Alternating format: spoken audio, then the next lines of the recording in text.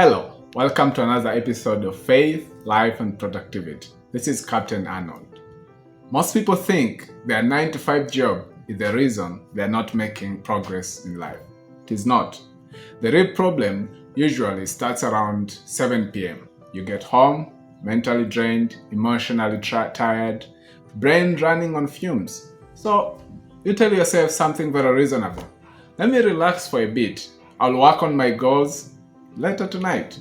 You open your phone, scroll a little, watch a few videos, reply to a message, maybe eat something, and the next time you look up, it is 10:30 p.m. Your energy is gone, your motivation is gone, and the thing you said you were going to work on tonight did not happen again. The uncomfortable truth is your life is not limited to your 9 to 5 job. It's limited to what happens after it. Think about the math. Just 2 hours focused every evening. That is roughly 700 hours per year. 700 hours learning a skill, building something, 700 hours improving your health, finances, relationships, spiritual life. 700 hours is enough time to completely change your trajectory. The problem is you underestimate the time you have and overestimate the time you'll need to change your life. But most people spend those evening hours same way, scrolling, watching random content, escaping the stress of the day, which feels like rest, but usually leaves you more exhausted than before. Now, before we blame laziness, there is something important to understand. The real problem is not motivation. The real problem is decision fatigue.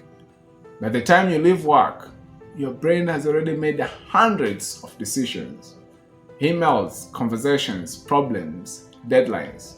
Your brain looks like a browser with 40 tabs open.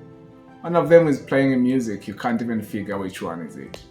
And when you finally get home, you ask yourself a simple question. What should I do tonight? Your brain picks the easiest. And that is scrolling, Netflix, food, because those require zero decisions. That's why motivation fails at night. Motivation is strongest when you're fresh. It's weakest when you're tired. Which means if your evenings depend on motivation, you lose most nights. Now there's a better approach. Instead of asking yourself, do I feel like working tonight? Ask yourself something different. Who am I at 7 p.m. after work? Because productivity after work is not really a time problem, it's an identity problem. Some people treat evenings like escape time. Others treat evenings like construction time.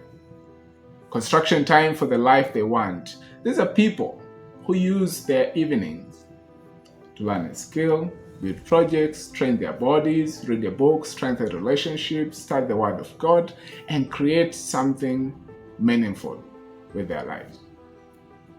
They understand something simple. Your job builds your career, but your evenings can build the rest of your life. Now, of course, the mindset is not the only thing. You still need a system, something simple, something predictable, something that removes decisions completely. I call it the 2-hour future system. The idea is simple. Your evenings should not be debatable, should not be about negotiations. Rather, they should just be about a sequence. First, choose one evening, one mission, one focus. Not 5, not 10. Trying to build a business, learn a skill, or go to the gym, read 10 books, and start a podcast all at once, it's a guarantee to failure. Same outcome, nothing happens. One mission removes confusion, and clarity removes resistance. Second, create a fixed start time. Never say I'll work on it later tonight. Later is where productivity goes to die. Instead, decide in advance, 7 p.m. to 9 p.m. When the clock hits that time, the decision is already made. Third, create a transition ritual. Your brain needs a signal that the workday is finished. You can do a short walk, a shower, changing clothes, 10 minutes of silence, something that tells your brain work mode is over, builder mode begins. Now, but not scrolling. Fourth, remove the biggest evening thief, your phone.